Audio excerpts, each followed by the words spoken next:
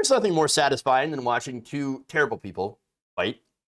On Friday, it was revealed that former President Trump is not happy with his good buddy, former Israeli Prime Minister Benjamin Netanyahu. So now, according to Israeli journalist Barak Ravid reporting in Axios, Trump was triggered when Netanyahu decided to congratulate Joe Biden for winning the 2020 election. Now, this is the most standard thing ever. Politician calling to support or putting out a tweet, whatever, and saying, oh, congratulations to the winner of the U.S. presidential election. Why? Because, well, they obviously want to suck up to the president of the United States because the United States is incredibly powerful. So it makes all the sense in the world that the leader of any country would do this.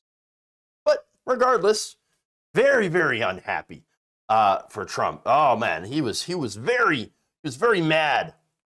In fact, here's what Trump said. He said Netanyahu was very earlier than most leaders, referring to Netanyahu's congratulations. I haven't spoken to him since. Fuck him. Trump added, according to Ravid's account in Axios. In fact, here's the thing. So Donald Trump, of course, wrong on the facts, but facts don't matter for him. Nonetheless, Netanyahu didn't congratulate Biden until several hours after many other foreign leaders, and he didn't call Biden for another 2 weeks. Not that I really care about any of that. The thing that I'm just amused with is just the unbridled rage over really ridiculous things. Because of course, right? Now here's the thing though. Netanyahu would have loved another Trump term. Why? Because Netanyahu got pretty much everything he wanted from Donald Trump and then some. And then some. Look, here's the thing, right? So first, Trump had relocated, I believe, the embassy to Jerusalem.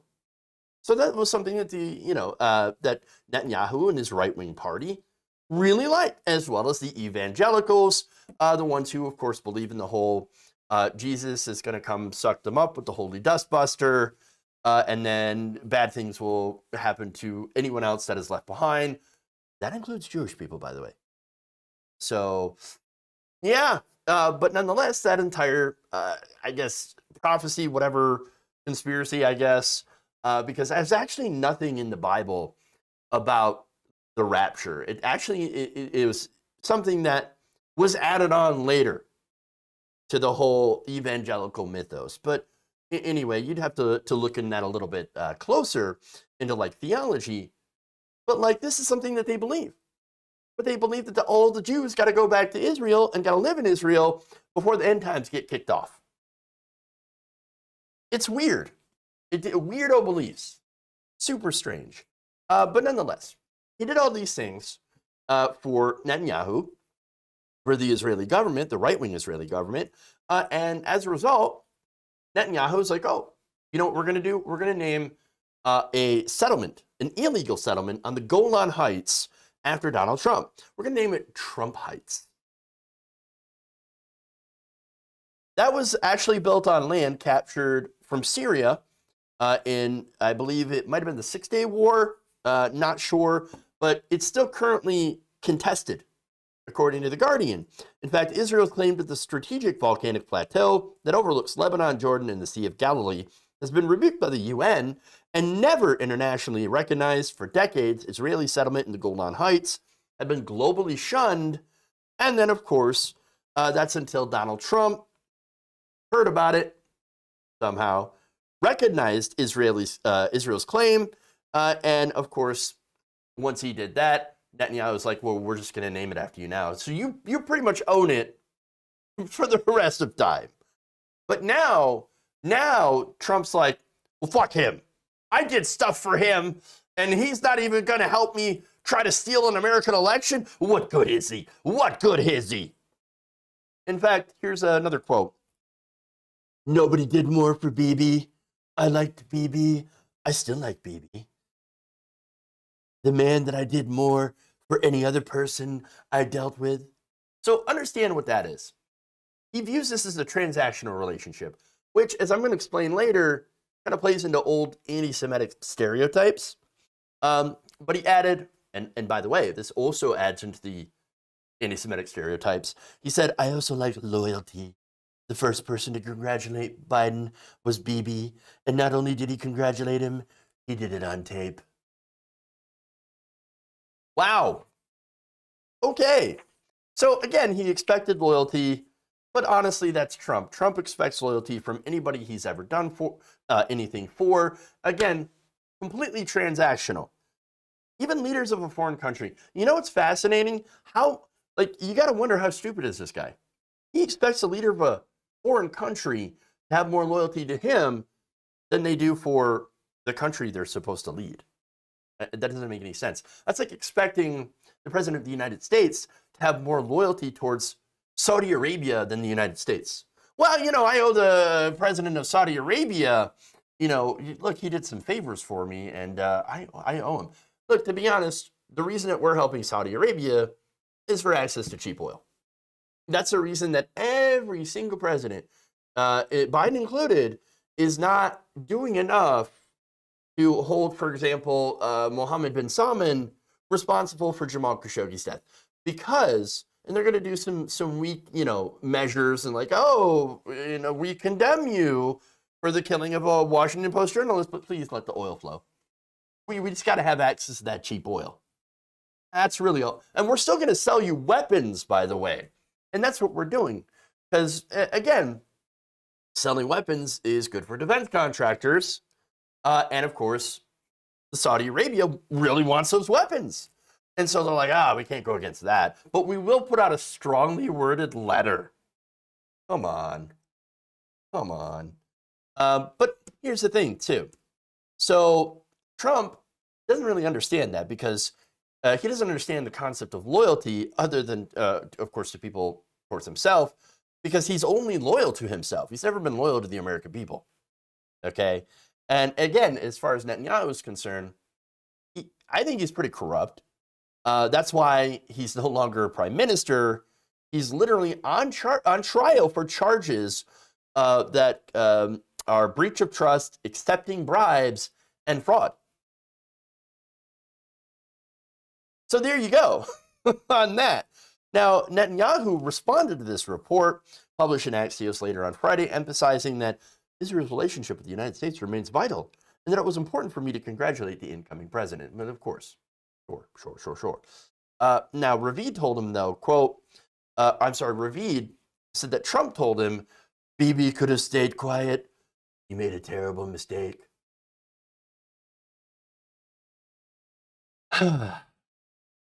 Look, again, I think it's fun when two terrible people fight, so I'm not at all bothered by this. But here's the other thing, right? Now, I mentioned the anti-Semitism, right? Look, Donald Trump has put out massively anti-Semitic messaging to his base. Again, the disloyalty trope, right? I did stuff for Bibi. Bibi's not loyal to me, so fuck him. Now, he also, by the way, going even more explicitly into the whole issue of loyalty, right? So he described, and this was during his, I think during one of his campaigns, he described local wealthy Jews as quote unquote brutal killers whom he doesn't like and whom don't like him, but will vote for him regardless because he'll protect their money. Again, that's an old Jewish trope of Jewish people only being out for their money. They're the misers. And that's why they're all in the banking and secretly control the world. Okay, yeah, if you ask, if you ask like Alex Jones or any of those insanely anti-Semitic people on the far right. Now, and what's funny about that is that comes from Trump, which is pure projection, because Donald Trump will do anything to protect his money. No, if anything, Donald Trump saw their loyalty, supposed loyalty, I should say, and their relationship is simply transactional, based solely on his protection of their money and his devotion to their right-wing Zionist goals in order to get their votes, which he publicly assumes to be their principal interest, by the way. Again, Trump said nobody did more for Bibi, the man I did more for than any other person I dealt with. But I like loyalty, and that's why I hate Netanyahu now. Or I still like him, but I'm really, really mad. Again, labeling any Jewish person who opposes him or his specific agenda, which, by the way, they both shared the same agenda. But since he didn't back, Netanyahu did not back Trump's coup attempt or his, entire story about, the fraudulent election. It was a fraudulent election. They stole the election from me. No, well, now Netanyahu is disloyal. Disloyal. Bad America. Bad person. Bad. Look, I don't have to tell you that Donald Trump's incredibly gross. I'm just saying. But again, here's the thing, though, about American foreign policy. When it comes to Israel, it doesn't matter who's president. It's still going to be incredibly pro-Israel. Now, look, I don't like right-wing governments. I don't like right-wing governments anywhere. So obviously, I'm not a fan of Netanyahu. I'm not a fan of Naftali, the person who's running it now. Of course, it's because of those human rights abuses and illegal settlements on Palestinian land, things like that. I'm not in favor of any of that. I don't think we need to send them billions of dollars in military aid because it looks like they're doing pretty good, honestly, when it comes to that. I mean, this is a country, by the way, that has universal health care for all of its citizens. We don't have that here. Why are we funding them when we should be funding universal health care here? But that's the thing, though. Joe Biden and any other president, insert any other president here, they'll still continue to send Israel money for defense, right? Even if it is, at least in the case of Republicans, help the weirdo and evangelicals and their weirdo end times fantasy, which, if true, would actually end up killing the majority of Jewish people and convert the survivors over to Christianity. It's super, super weird. Okay, it just doesn't make any sense. So, but that's the side that Donald Trump has taken, whether he knows it or understands it or not, or is using that side for his own personal gain. It doesn't really matter.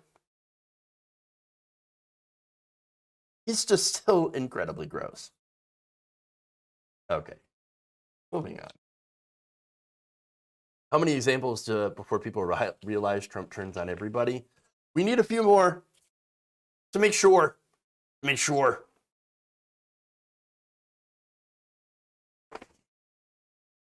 Seriously, he went up to, says Dango Bango, seriously went up to Jewish Americans born in this nation, treated them like foreigners with allegiances to Benny. And again, that goes back to one of the old tropes of disloyalty.